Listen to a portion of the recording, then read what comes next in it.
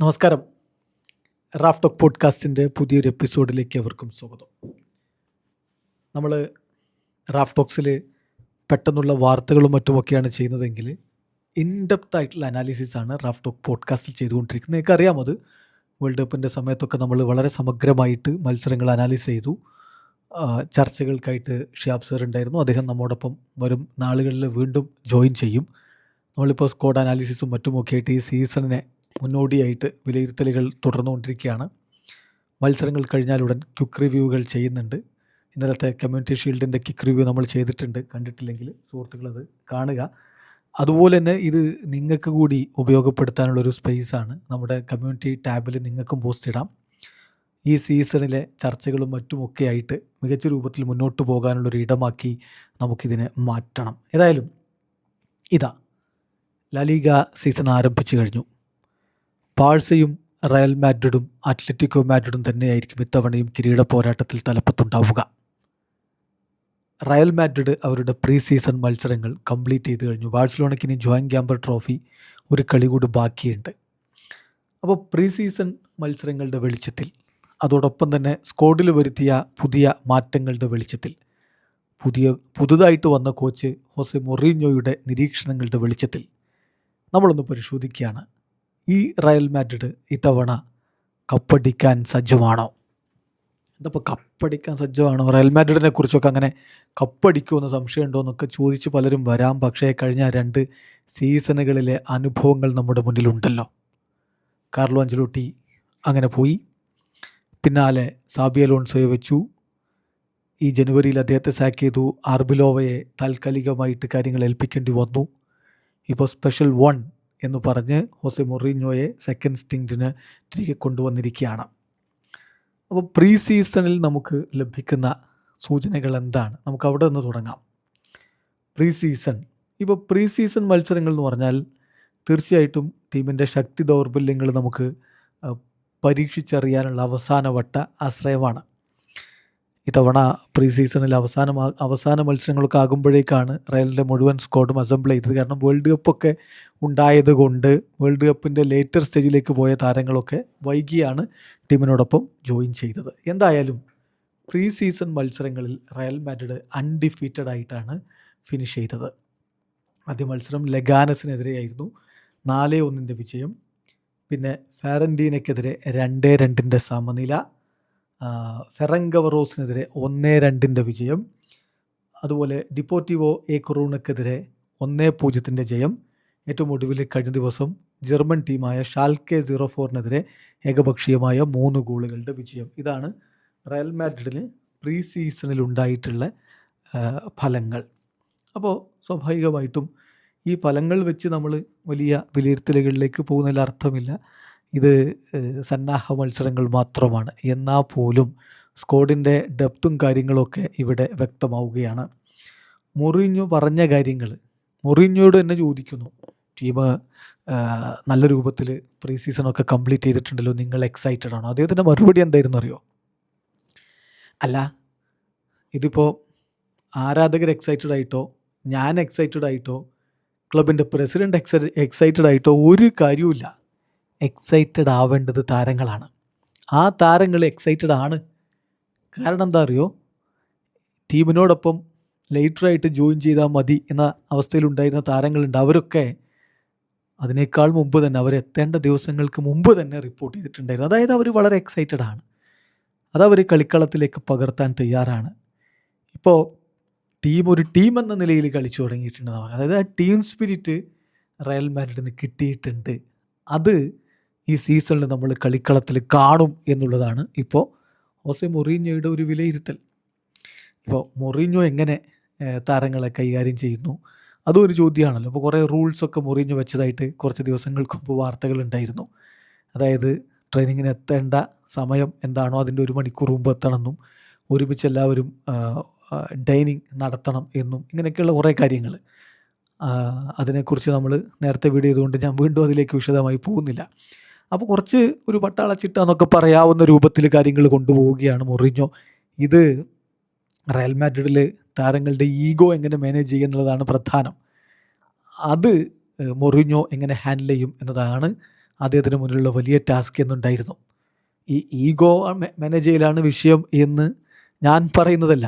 കുറച്ച് ദിവസങ്ങൾക്ക് മുമ്പ് ഗാരത്ത് ബെയ്ൽ തന്നെ തുറന്നു പറഞ്ഞിരുന്ന കാര്യമാണ്. റയലിനെ പോലൊരു ടീമിൽ മികച്ച രൂപത്തിൽ പരിശീലിപ്പിക്കുക എന്നുള്ളതിനപ്പുറം താരങ്ങളുടെ ഈഗോ എങ്ങനെ മാനേജ് ചെയ്യും എന്നുള്ളതും ഇമ്പോർട്ടൻ്റ് ആണെന്ന് അദ്ദേഹം പറഞ്ഞിരുന്നല്ലോ. അപ്പോൾ എംബാപ്പയെ പോലെയുള്ള, വിനിയെ പോലെയുള്ള, ജൂഡ് ബെല്ലിംഗാമിനെ പോലെയുള്ള ലോക ഫുട്ബോളിലെ വലിയ താരങ്ങളെ ഹാൻഡിൽ ചെയ്യുമ്പോൾ അത് ഹാൻഡിൽ ചെയ്യാൻ കപ്പാസിറ്റിയുള്ള കോച്ചുമാർ വേണം. ഈവൻ സാബിയോ അലോൺസോക്ക് പോലും ആ ഈഗോ ഹാൻഡിൽ ചെയ്യുക എന്നുള്ളത് ബുദ്ധിമുട്ടായി മാറിയിരുന്നു എന്നുള്ളത് പരസ്യമായ രഹസ്യമാണല്ലോ. അപ്പോൾ മൊറിഞ്ഞോ എന്താ ചെയ്തത്?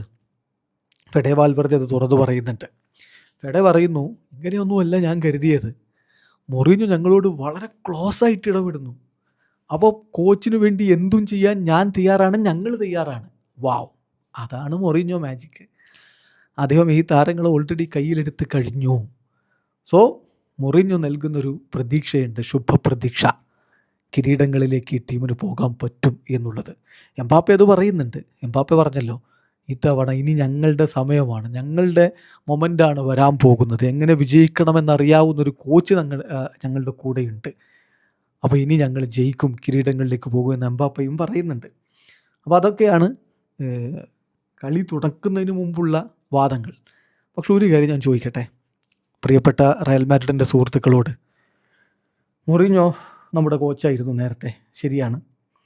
ആ കാലഘട്ടം ആരാധകരാരും മറന്നിട്ടുണ്ടാവില്ല. അദ്ദേഹത്തിൻ്റെ കോച്ചിങ് കരിയറിൽ അദ്ദേഹം അസിസ്റ്റൻറ്റ് കോച്ചായിട്ട്, ബാഴ്സലോണയുടെ അസിസ്റ്റൻറ്റ് കോച്ചൊക്കെ ആയിട്ടുണ്ടായിരുന്നു. പിന്നീട് റയൽ മാഡ്രിഡിൻ്റെ കോച്ചായിട്ട് 2010 മുതൽ 2013 വരെയുള്ള കാലഘട്ടത്തിലൊക്കെ ഉണ്ടായിരുന്നു. വീണ്ടും അദ്ദേഹം വരുമ്പോൾ സ്പെഷ്യൽ വൺ എന്നൊക്കെ പറഞ്ഞ് സ്വീകരിക്കുന്നുണ്ടല്ലോ. ചോദ്യം ഇതാണ്, ഏറ്റവും ഒടുവിലായി ഹോസെ മൊറിഞ്ഞോ ഒരു ലീഗ് കിരീടം ചൂടിയത് എന്നാണെന്ന് നിങ്ങൾക്ക് ഓർമ്മയുണ്ടോ? ഈ സ്പെഷ്യൽ വൺ പല ക്ലബ്ബുകളെ പരിശീലിപ്പിച്ച് നേട്ടങ്ങളിലേക്ക് പോയവൻ. ഇപ്പോൾ റയലിൽ നിന്ന് പോയിട്ട് നേരെ ചെൽസിയിലായിരുന്നേ. അത് കഴിഞ്ഞിട്ട് മാഞ്ചസ്റ്റർ യുണൈറ്റഡ് പോയി, അത് കഴിഞ്ഞിട്ട് ടോട്ടൻഹാം ഹോട്ട്സ്പർ പോയി, അത് കഴിഞ്ഞിട്ട് റോമയിൽ പോയി, അത് കഴിഞ്ഞിട്ട് ഫെനർബാഷയിൽ പോയി, അത് കഴിഞ്ഞിട്ട് ബെൻഫിക്കയിൽ പോയി, വീണ്ടും റയലിൽ. ഏറ്റവും ഒടുവിൽ ഹോസെ മൊറിഞ്ഞോ ഒരു ലീഗ് കിരീടം ചൂടിയത് 2014-15 സീസണിലാണ്. ഒരു പതിറ്റാണ്ട് കഴിഞ്ഞു ഒരു ലീഗ് കിരീടം മൊറിഞ്ഞോ ചൂടിയിട്ട്. ഏറ്റവും ഒടുവിലത്തെ മൊറിഞ്ഞോയുടെ കിരീടം ഏതാണെന്നറിയോ? 2021-22 4 കൊല്ലം കഴിഞ്ഞു. 21-22 യുവേഫ യൂറോപ്പ കോൺഫറൻസ് ലീഗ്. പിന്നെ അദ്ദേഹത്തിന് കിരീടങ്ങളില്ല. കിരീടക്ഷാമം, കിരീട വരൾച്ച അനുഭവിച്ചുകൊണ്ടിരിക്കുന്ന ഒരു കോച്ചിനെ കൊണ്ടുവന്നിട്ടാണ് റയൽ കഴിഞ്ഞ 2 വർഷക്കാലമായിട്ടുള്ള കിരീട വരൾച്ച അവസാനിപ്പിക്കാൻ ശ്രമിക്കുന്നത് എന്നുള്ളൊരു വൈരുദ്ധ്യം അവിടെയുണ്ട്. എന്നാൽ പോലും ഹോസെ മൊറിഞ്ഞോ എന്ന് പറയുന്ന കോച്ചിനെ എല്ലാവർക്കും അറിയാം. റയലിൽ തന്നെ നേരത്തെ കോച്ചായപ്പോൾ ഒരു വട്ടം ലാലീഗയും, ഒരു വട്ടം കോപ്പ ഡെൽ റേയും, ഒരു വട്ടം സൂപ്പർ കോപ്പ ഡി എസ്പാനയും നേടിയിട്ടുണ്ട്. ഇത്തവണ കൂടുതൽ കിരീടങ്ങളിലേക്ക് റയലിനൊപ്പം നേടാൻ കഴിയാതെ പോയ UCL ഇത്തവണ നേടും എന്നൊക്കെയുള്ള പ്രതീക്ഷയിലാണ് ആരാധകരുള്ളത്. ടീമിൽ മാറ്റങ്ങളുണ്ടോ? ഉണ്ടെന്നേ, കുറേ മാറ്റങ്ങളുണ്ട്. ഗോൺസാലോ ഗാർഷിയെ പോയി, മസ്തൻ ഡൂനോ പോയി, അങ്ങനെ ഇപ്പം കഴിഞ്ഞ തവണ അപ്പോൾ അലാബ പോയി, അങ്ങനെയുള്ള കുറച്ച് പോക്ക് സംഭവിച്ചിട്ടുണ്ട്. വരവോ, അതാണല്ലോ പോയതല്ല, വരവോ. ഇപ്പം മികച്ച രൂപത്തിലുള്ള സൈനിങ്ങുകൾ നടത്തിയിട്ടുണ്ട് റയൽ എന്നാണ് നമ്മളൊക്കെ വിശ്വസിക്കുന്നത്.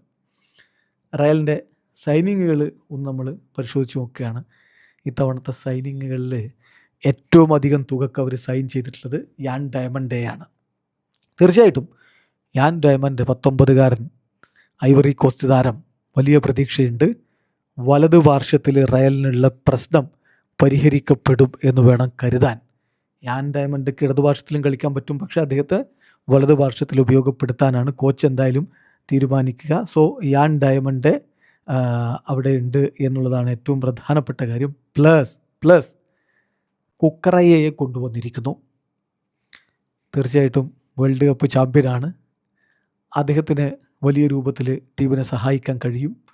കുക്കറയ്യ കൂടാതെ സെൻട്രൽ ബാക്ക് പോസ്റ്റിലേക്ക് ഇബ്രാഹിമ കൊനാട്ടയെ കൊണ്ടുവന്നിരിക്കുന്നു. കൊനാട്ടെ എന്ന് പറയുമ്പോൾ ലിവർപൂളിൽ അങ്ങനെ കൺസിസ്റ്റൻ്റ് ആയിട്ടുള്ളൊരു സീസൺ കഴിഞ്ഞിട്ടല്ല വരുന്നത്. റയലിൻ്റെ സെൻട്രൽ ബാക്ക് ഇഷ്യൂസ് കഴിഞ്ഞ തവണയൊക്കെ പരിക്കൊക്കെ വലിയ രൂപത്തിൽ വലച്ച് കളഞ്ഞതാണല്ലോ. കൊനാട്ടയ്ക്ക് അതിന് പകരം കൊടുക്കാൻ പറ്റുമോ എന്നുള്ള ചോദ്യമാണ്. പ്രൂവ് ചെയ്യേണ്ടതുണ്ട് കൊനാട്ടെ. ഡെൻസൽ ഡംഫ്രീസിനെ കൊണ്ടുവന്നിരിക്കുന്നു. ഡംഫ്രീസിൻ്റെ കാര്യത്തിലും ഈ പറഞ്ഞതൊക്കെ തന്നെയാണ് എനിക്ക് പറയാനുള്ളത്. കൊനാട്ടിയുടെ കാര്യത്തിൽ പറഞ്ഞത് തന്നെ. അതായത് ഡംഫ്രീസ് നമ്മളെയൊക്കെ അത്ഭുതപ്പെടുത്തിയ പ്രകടനം നടത്തിയിരുന്നൊരു സമയമുണ്ട്. പക്ഷെ ഇപ്പോൾ അതാണോ എന്ന് ചോദിച്ചല്ല എന്ന് ഞാൻ പറയും. ഇപ്പോൾ ആ സമയമല്ല, അതൊരു യാഥാർത്ഥ്യമാണ്. പക്ഷേ അദ്ദേഹത്തിന് ഒരു പക്ഷേ ഇവിടെ മികവ് കാണിക്കാൻ കഴിഞ്ഞേക്കും. പിന്നെ കൊണ്ടുവന്നിട്ടുള്ള താരം ബെർണാഡോ സിൽവയാണ്. 20 നമ്പർ ജേഴ്സി അണിഞ്ഞ് കളിക്കും ബെർണാഡോ സിൽവ. ബെർണാഡോയുടെ കാര്യത്തിൽ നമുക്ക് എല്ലാവർക്കും അറിയാവുന്ന പോലെ, നമുക്ക് ഏവർക്കും അറിയാവുന്ന പോലെ, കോച്ച് ജോസെ മൊറീഞ്ഞോയുടെ സ്പെഷ്യൽ റിക്വസ്റ്റിൽ കൊണ്ടുവന്ന താരമാണ്. അദ്ദേഹം സിറ്റിയിൽ നിന്ന് വന്ന സമയത്ത് ബാഴ്സലോണയിൽ പോകാനാണ് ആഗ്രഹിച്ചിരുന്നത്. പക്ഷേ മൊറീഞ്ഞോ വിളിച്ചാൽ പിന്നെ വേറെ ചോദ്യമില്ല എന്ന് പറഞ്ഞുകൊണ്ട് അദ്ദേഹം റയൽ മാഡ്രിഡിലേക്ക് ഓടിയെത്തിയതാണ്. കുറച്ചുകൂടി ഒരു വേഴ്സിറ്റാലിറ്റി അദ്ദേഹത്തിനുണ്ട് എന്നുള്ളതാണ് കോച്ച് കാണുന്ന ഏറ്റവും വലിയ ഗുണം. ഡീപ്പായിട്ടും കളിക്കാൻ പറ്റും, അറ്റാക്കിംഗ് തേർഡിലും ഉപയോഗിക്കാൻ പറ്റും. അപ്പോൾ ബെർണാഡോ സിൽവ, അദ്ദേഹത്തിൻ്റെ പ്രൈമൊക്കെ കഴിഞ്ഞില്ലേ എന്ന ചോദ്യം സ്വാഭാവികമായിട്ടും ആരാധകർക്കുണ്ട്. പിന്നെ കാർലോസ് എസ്പിയുടെ കാര്യം, അതൊരു മികച്ച സൈനിങ് ആണ്, ഒരു സംശയവും വേണ്ട. പയ്യന് കാര്യങ്ങൾ നല്ല രൂപത്തിൽ ചെയ്യാൻ പറ്റും. എസ്പെഷ്യലി ഗോൺസാലോ ഗാർഷ്യ പോയി, അപ്പോൾ അവിടെ റീപ്ലേസ്മെൻ്റ് ആയിട്ട് എസ് പിയെ കളിപ്പിക്കാം. എസ് പി സന്നാഹ മത്സരങ്ങളിൽ ഇറങ്ങിയിട്ട് നന്നായിട്ട് കളിച്ചിട്ടുമുണ്ട്. പിന്നെ എൻട്രിക്കിന് അവിടെ തൽക്കാലം അറ്റ്ലീസ്റ്റ് ജനുവരി വരെയെങ്കിലും നിലനിർത്താൻ തീരുമാനിച്ചിട്ടുമുണ്ട്. അപ്പോൾ ആ പ്രശ്നം അവിടെ വലിയ രൂപത്തിലില്ലാതെ മുന്നേറ്റ നിര കവർ ചെയ്ത് പോവും. പിന്നെ ഇപ്പം എംബാപ്പയാണല്ലോ മെയിൻ സ്ട്രൈക്കർ. പിന്നെ ഇവരൊക്കെ സപ്പോർട്ടിങ് റോളിൽ അല്ലെങ്കിൽ സബ്സ്റ്റിറ്റ്യൂട്ട് റോളിലൊക്കെ വരാനുള്ളവരാണ്. അപ്പോൾ അത്ര തന്നെ അതിന് പ്രാധാന്യം കൊടുത്താൽ മതി എന്നുള്ള കാര്യം കൂടിയുണ്ട്. അപ്പോൾ പുതിയ സൈനിങ്ങുകൾ വെച്ച് ടീമിനെ നന്നാക്കാൻ വേണ്ടി ശ്രമിച്ചിട്ടുണ്ടെങ്കിലും എവിടെ ഒരു പ്രശ്നമില്ലേ? മധ്യനിരയിലെ പ്രശ്നം പരിഹരിക്കപ്പെട്ടുവോ? റോഡ്രിയെ കൊണ്ടുവരാൻ അവർ ആഗ്രഹിച്ചിരുന്നു. ഒരു ഘട്ടത്തിൽ റോഡ്രി ടു റയൽ മാഡ്രിഡ് എന്നുള്ളത് ഏറെക്കുറെ ഉറപ്പായ രൂപത്തിൽ തന്നെ എല്ലാവരും ചർച്ച ചെയ്തില്ലേ? Rodri to Real Madrid, Rodrick മറ്റെവിടേക്കും പോകണ്ട, റയലിലേക്ക് മാത്രം പോയാൽ മതി എന്നൊക്കെയായിരുന്നു അന്ന് വാർത്ത. എന്നിട്ട് എന്തുണ്ടായി എന്ന് ചോദിച്ചാൽ ഒടുവിൽ ആ റോഡ്രി ബാഴ്സലോണയിലേക്ക് പോയി. റയലിൻ്റെ മധ്യനിരയിലെ പ്രശ്നങ്ങൾ അതുപോലെ തന്നെ കിടക്കുന്നു. ടോണി ക്രൂസും ലൂക്ക മോഡ്രിച്ചും ഒക്കെ അടക്കി ഭരിച്ച ഒരു മധ്യനിര, അതുപോലെ ഒരു വെറ്ററൻ ആയിട്ടുള്ള മധ്യനിര താരം ആവശ്യമുണ്ട്. അത് പരിഹരിക്കപ്പെട്ടില്ല. മൊറീഞ്ഞോ വന്ന ഉടൻ തന്നെ ആവശ്യപ്പെട്ടൊരു കാര്യമാണ്, മധ്യനിരയിലേക്ക് ഒരു റീഇൻഫോഴ്സ്മെൻറ്റ് വേണം.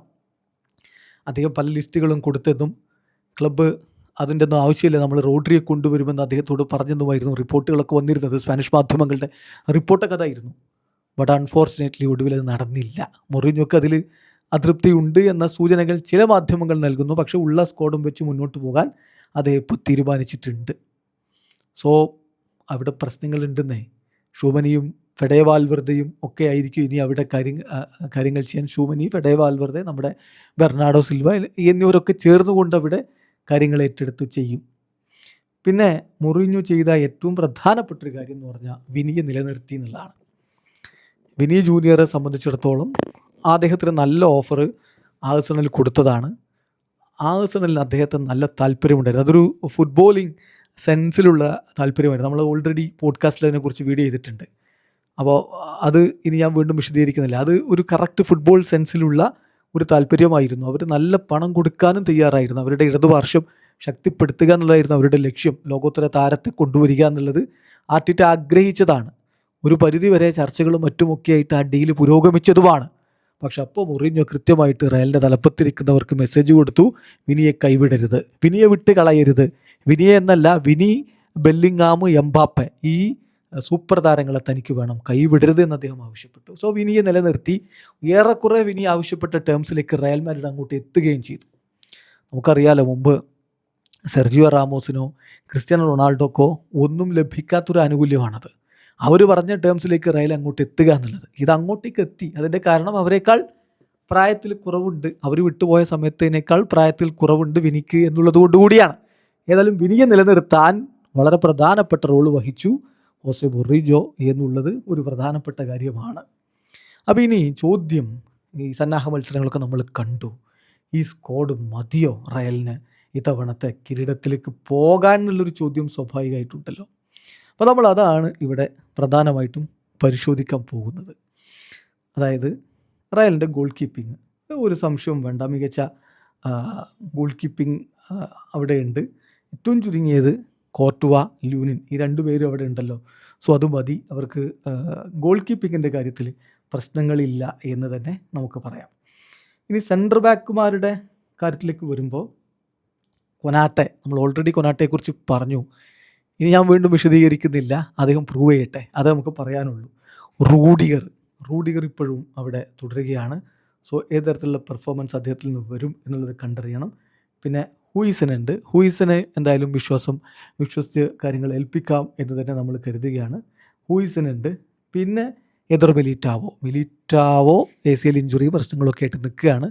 അത് കഴിഞ്ഞ് അദ്ദേഹം മടങ്ങി വരികയാണെങ്കിൽ സ്വാഭാവികമായിട്ടും ഗുണം ചെയ്യും എന്ന് വേണം കരുതാൻ. പിന്നെ റൗൾ അസെൻസിയോ ഉണ്ട്. റൗൾ അസെൻസിയോയുടെ കാര്യത്തിൽ അദ്ദേഹം ക്ലബ്ബ് വിട്ടേക്കും എന്ന തരത്തിൽ സൂചനകളും കാര്യങ്ങളൊക്കെ ഉണ്ടായിരുന്നെങ്കിലും പിന്നീട് അത് വേണ്ടെന്ന് തീരുമാനിക്കുകയായിരുന്നു. അദ്ദേഹം അവിടെ തുടരുകയാണ്. അപ്പോൾ ഇതൊക്കെയാണ് അവിടെ അവൈലബിൾ ആയിട്ടുള്ള ഒരു സെൻറ്റർ ബാക്ക് ഓപ്ഷൻസ് എന്ന് പറയുന്നത്. പക്ഷെ നമുക്കറിയാലോ, ഇത് പരിക്കും പ്രശ്നങ്ങളും ഫോം ഔട്ടൊക്കെ ഉള്ളവർ അവിടെ ഉണ്ട്. ഇത്തവണ അതൊരു പ്രശ്നമാവാതിരിക്കട്ടെ എന്നേ നമുക്കവിടെ പറയാനുള്ളൂ. ഇനി നമ്മൾ ഇരു പാർശ്വങ്ങളിലേക്ക് നോക്കുകയാണെങ്കിൽ ട്രെൻറ്റും ഡംഫ്രീസും ഉണ്ട്. അവർക്ക് വലതുപാർശ്വത്തിൽ കാര്യങ്ങൾ ചെയ്യാൻ ട്രെൻറ്റ് അലക്സാണ്ടർ അർണോൾഡും ഡെൻസിൽ ഡംഫ്രീസും. ഇപ്പോൾ കർവാഹലൊക്കെ പോയി കഴിഞ്ഞല്ലോ. സോ ട്രെൻറ്റ് കഴിഞ്ഞ തവണ തന്നെ ഉണ്ട്. ഡംഫ്രീസിനെ കൊണ്ടുവന്നു. ഡംഫ്രീസിൻ്റെ കാര്യം ഞാൻ പറഞ്ഞു, അദ്ദേഹത്തിൻ്റെ ഏറ്റവും നല്ല കാലമൊക്കെ കഴിഞ്ഞു പോയിട്ടുണ്ടെന്നുള്ളത് യാഥാർത്ഥ്യമാണ്. എന്നാലും വെറ്ററൻ താരങ്ങളെ ഉപയോഗപ്പെടുത്താനാണ് കോച്ച് വിശ്വസിക്കുന്നത്. വിശ്വസിച്ച് കാര്യങ്ങൾ ഏൽപ്പിക്കാനാണ് കോച്ചിൻ്റെ തീരുമാനം എന്ന് വേണം മനസ്സിലാക്കാൻ. മറുഭാഗത്താണെങ്കിൽ കുക്കറയുണ്ട്. കുക്കറയ നല്ല ഫോമിലാണ്, ഒരു സംശയം വേണ്ട. കുക്കറയ നല്ല ഫോമിലാണ്. അത് തീർച്ചയായിട്ടും ടീമിന് ഗുണം ചെയ്യും. വേൾഡ് കപ്പിലൊക്കെ നമ്മളത് കണ്ടതാണ്. ഒപ്പം കരേറസ് ഉണ്ട്. കരേറസും മോശമല്ലാത്ത രൂപത്തിൽ കാര്യങ്ങൾ ഹാൻഡിൽ ചെയ്യാൻ കപ്പാസിറ്റി ഉള്ള ആളാണ്. പിന്നെ മെൻഡി മടങ്ങിയെത്തും എന്ന് നമ്മൾ കരുതുന്നു. സോ ഡിഫൻസിൻ്റെ ഒരു അവസ്ഥ അതാണ്. ഒരു എന്താ പറയുക, 10-ൽ 10 കൊടുക്കാൻ പറ്റുന്ന ഒരു ഡിഫൻസ് സ്ക്വാഡാണെന്ന് എനിക്ക് തോന്നുന്നില്ല. 10-ൽ ഒരു 7 6.5 ഒക്കെ കൊടുക്കാനാണ് ഞാൻ തയ്യാറാവുക. നിങ്ങൾക്ക് വ്യത്യസ്ത അഭിപ്രായങ്ങളുണ്ടാവും, കമൻറ്റ് ബോക്സ് രേഖപ്പെടുത്താം. പരിക്കിൻ്റെ പ്രശ്നങ്ങൾ മാറി മിലിറ്റാവ് വരികയാണെങ്കിൽ ഇതൊന്നുകൂടി ശക്തി ആവും എന്നാണ് ഞാൻ കരുതുന്നത്. ഇനി നമുക്ക് മധ്യനിരയിലേക്ക് വരികയാണെങ്കിൽ, ഞാൻ പറഞ്ഞല്ലോ മധ്യനിരയിലുള്ളൊരു പ്രധാനപ്പെട്ട പ്രശ്നം ഈ മുമ്പത്തെ Casemiro, Toni Kroos, Luka Modric ത്രയത്തെ കണ്ട് പരിചയിച്ച നമുക്ക് ഇനി ആരൊക്കെ അങ്ങ് വന്നാലും എന്തുകൊണ്ടോ അതങ്ങ് ഒരു സെറ്റാവാത്ത ഒരു ഫീൽ അവിടെ ഉണ്ടെന്നുള്ളത് ശരിയാണ്. ഷൂമനി, കമവിംഗ അവർ എന്തായാലും തുടരുകയാണല്ലോ. Tchouameni, Camavinga, Fede Valverde, Bernardo Silva. ബെർണാഡോയെ അറ്റാക്കിൽ ഉപയോഗപ്പെടുത്താൻ പറ്റും. കുറച്ചുകൂടി ഡീപ്പായിട്ട് ഇറങ്ങി ബിൽഡപ്പ് പ്ലേ കാര്യങ്ങൾ ചെയ്യാനും അദ്ദേഹത്തെ കൊണ്ട് കഴിയും എന്നുള്ളൊരു വിശ്വാസമാണ് ഇവിടെ ഇപ്പോൾ ഹോസെ മൊറീഞ്ഞയ്ക്കുള്ളത്. അപ്പോൾ ഡിഫെൻസീവായിട്ട് കാര്യങ്ങൾ ചെയ്യാൻ ഷൂമനി ഉണ്ടാകും. ഷൂമനി എന്തായാലും കളി ആരംഭിക്കുമ്പോഴൊക്കെ അദ്ദേഹത്തെ അവൈലബിൾ ആക്കാൻ പറ്റുമെന്നാണ് പ്രതീക്ഷിക്കുന്നത്. കമവിംഗയുടെ കാര്യത്തിൽ അധികം പുറത്തു പോയേക്കും എന്നൊക്കെ കരുതിയിരുന്നു. പക്ഷേ അത് വേണ്ട എന്നുള്ള തീരുമാനമാണ് അവസാനം എടുത്തത്. അപ്പോൾ അതാണ് മധ്യനിരയിൽ ആ ഒരു റോളുള്ളത്. ഫെഡയുടെ കാര്യം നമുക്കറിയാലോ, കഴിഞ്ഞ കൊല്ലമൊക്കെ മോശമില്ലാതെ കളിച്ചിട്ടുണ്ടെങ്കിലും വേൾഡ് കപ്പ് മുതൽ ഇങ്ങോട്ട് അദ്ദേഹം ആ ഒരു തൻ്റെ ഒരു മികവിലേക്ക് അദ്ദേഹം തന്നെ സെറ്റ് ചെയ്തിട്ടുള്ളൊരു സ്റ്റാൻഡേർഡിലേക്ക് എത്തിയിട്ടുണ്ടോ എന്നുള്ളതൊരു ചോദ്യം തന്നെയാണ്. അതേസമയം മുന്നേറ്റത്തെ സഹായിക്കാൻ പറ്റുന്ന തരത്തിലുള്ള മധ്യനിര താരങ്ങൾ ജൂഡ് ബെല്ലിംഗാം, ആർദ ഗുളർ, അത് കിടലൻ ഓപ്ഷൻസാണ്. ഇപ്പോഴുള്ള പ്രധാനപ്പെട്ടൊരു ചോദ്യം എന്ന് പറഞ്ഞാൽ ആർദയുടെ ക്വാളിറ്റീസ് എങ്ങനെ മറ്റു താരങ്ങൾക്ക് ഗുണകരമാവുന്ന രൂപത്തിൽ ഉപയോഗപ്പെടുത്താം. അതിനുവേണ്ടി അദ്ദേഹത്തിൻ്റെ പൊസിഷൻ ഒരു കൃത്യമായിട്ട് നിർണ്ണയിക്കപ്പെടേണ്ടതുണ്ട്. അതിപ്പോഴും ഏതാണ്ട് ഒരു വെയ്ഗായിട്ട് കിടപ്പാണ്. അദ്ദേഹം നല്ല ക്വാളിറ്റിയുള്ള പ്ലെയറാണ്. ആ ക്വാളിറ്റീസ് ടീമിനും മറ്റ് താരങ്ങൾക്കും ഗുണമാകുന്ന രൂപത്തിൽ ഉപയോഗപ്പെടുത്തേണ്ടതുണ്ട്. മൊറീഞ്ഞോ അതിനൊരു പരിഹാരം കാണുമെന്ന് കരുതാം. എന്തായാലും മധ്യനിരയിൽ പിന്നെ ഒരാളുള്ളത് തിയാഗോ പിറ്റാർച്ചാണ്. അപ്പോൾ ഇതാണ് റയലിൻ്റെ ഒരു മധ്യനിര എന്ന് പറഞ്ഞാൽ. മധ്യനിരയിലാണ് പിന്നെയും ഒരു ഇഷ്യൂസ് സ്റ്റിൽ ബാക്കിയില്ലേ എന്നൊരു ചോദ്യമുള്ളത്. കാരണം ഞാൻ നേരത്തെ പറഞ്ഞല്ലോ, ആ മൂവർ സംഘത്തെ നമ്മൾ കണ്ടതുകൊണ്ട്, ടോണി ക്രൂസ്, മോഡ്രിച്ച്, കാസമിറോ, അതുകൊണ്ടാണ് തോന്നുന്നു ഇതങ്ങ് ബാക്കിയുള്ള എന്ത് കോമ്പിനേഷൻ വരുമ്പോഴും അതങ്ങ് അത്ര പോരാ എന്നൊരു ഫീൽ എനിക്കുള്ളത്. നിങ്ങൾക്ക് വ്യത്യസ്ത അഭിപ്രായങ്ങളുണ്ടാവും, കമൻറ്റ് ബോക്സ് രേഖപ്പെടുത്താം, നമുക്ക് ചർച്ച ചെയ്ത് തന്നെ പോകാം. മുന്നേറ്റത്തിൽ ഏതാണ്ടൊക്കെ കവർ ചെയ്തിട്ടുണ്ടെന്ന് തോന്നുന്നു. കാരണം ഇപ്പോൾ ഇടത് പാർശ്വത്തിലാണെങ്കിൽ വിനി ജൂനിയർ, അദ്ദേഹം അവിടെ തന്നെ ഉണ്ട്. വേണമെങ്കിൽ ഡയമണ്ട് അവിടെ കളിപ്പിക്കാം, ഡയമണ്ട് വലത് പാർശ്വത്തിലും കളിക്കും. റോഡ്രിഗോ വരും. റോഡ്രിഗോ എന്ന് വരുന്ന കാര്യത്തിൽ സംശയങ്ങളുണ്ട്. ചില മാധ്യമങ്ങൾ സൂചിപ്പിക്കുന്നത് 2027 തുടക്കത്തിൽ മടങ്ങി വരുമെന്നാണ്. അങ്ങനെയാണെങ്കിൽ കുറേ കളികളൊക്കെ നഷ്ടപ്പെടും. ഏതായാലും വിനി അവിടെ ഉണ്ട്. പിന്നെ റോഡ്രിഗോയും വരും എന്ന് കരുതാം. ഇടത് പാർശ്വത്തിൽ തന്നെ അദ്ദേഹത്തിന് കളിക്കാൻ പറ്റും. പിന്നെയുള്ള ഓപ്ഷൻസ് എന്ന് പറഞ്ഞാൽ വലത് പാർശ്വത്തിലേക്കാണെങ്കിൽ ഡയമണ്ടയും ബ്രാഹിമും ഉണ്ട്. അപ്പോൾ അത് ടീമിന് ഉപയോഗപ്പെടുത്താൻ പറ്റുന്ന വലതു പാർശ്വത്തിലുണ്ടായിരുന്ന വീക്ക്നെസ്സുകൾ മറികടക്കാൻ പറ്റുന്ന രൂപത്തിലേക്ക് കാര്യങ്ങൾ പോവുകയാണ്. സ്ട്രൈക്കർ റോളിൽ എന്താ സംശയം, കിലിൻ എംബാപ്പെ തന്നെയാണ് ഇത്തവണയും അവരുടെ മുന്നേറ്റത്തിൻ്റെ ചുക്കാൻ പിടിക്കാനുള്ളത്. എംബാപ്പെ കഴിഞ്ഞ തവണയൊക്കെ അദ്ദേഹം ലീഗിലൊക്കെ ടോപ്പ് സ്കോററായിട്ടൊക്കെ നിന്നതാണല്ലോ. അദ്ദേഹം തുടരും, അതേ രൂപത്തിൽ തന്നെ ഗോളടി തുടരും എന്ന് കരുതാം. മറ്റ് ഈഗോ ഇഷ്യൂസൊന്നും ലീഗ് പുരോഗമിക്കുമ്പോൾ മൊറിഞ്ഞുമായിട്ട് ഉണ്ടാകാതിരിക്കട്ടെ എന്ന് ഞാൻ പ്രത്യാശിക്കുകയാണ്. ഒന്നും പറയാൻ പറ്റൂല, മൊറിഞ്ഞു ആണത്, ഇത് എംബാപ്പയുമാണ്. അപ്പോൾ എന്തും നമ്മൾ പ്രതീക്ഷിക്കണം. അദ്ദേഹത്തിന് ബാക്കപ്പായിട്ട് എന്തായാലും എസ് പി വന്നിട്ട് ഇപ്പം നല്ല രൂപത്തിൽ തന്നെ ഫ്രണ്ട്ലി മത്സരങ്ങളിലൊക്കെ കളിച്ചിട്ടുണ്ട്, നല്ല ക്വാളിറ്റിയുള്ള പ്ലെയറാണ്. പിന്നെ എൻട്രിക്കിനെയും താൽക്കാലികമായിട്ടാണെങ്കിലും അവർ നിലനിർത്താൻ തീരുമാനിച്ചിട്ടുണ്ട്. അപ്പോൾ മുന്നേറ്റ നിര സെറ്റാണ്. എനിക്കുള്ളൊരു ഫീലിംഗ് അതാണ്, മുന്നേറ്റ നിര സെറ്റാണ്. മധ്യനിരയിൽ എന്തൊക്കെയോ കുറവുള്ള പോലെ. ഡിഫൻസിൽ പ്രശ്നങ്ങൾ പരിഹരിക്കപ്പെടാനുണ്ട്, പരിക്കും ഫോം ഔട്ടും ഒക്കെയുള്ള പ്രശ്നങ്ങളുണ്ട്. പരിഹരിക്കപ്പെട്ടാൽ ഭേദപ്പെട്ടൊരു ഡിഫൻസും ഉണ്ടാക്കിയെടുക്കാൻ പറ്റും. ഗോൾ കീപ്പിങ്ങിൽ പിന്നെ കോർട്ടുവ ഉള്ളത് കൊണ്ട് മറ്റൊന്നും നോക്കേണ്ടതില്ല. ഇതാണ് റയലിൻ്റെ സ്ക്വാഡിനെ കുറിച്ചുള്ള എൻ്റെ ഒരു വിലയിരുത്തൽ. നിങ്ങൾക്ക് വ്യത്യസ്ത അഭിപ്രായങ്ങളുണ്ട്. പിന്നെ ചോദ്യം ഇത് മതിയോ എന്നുള്ളതാണ്.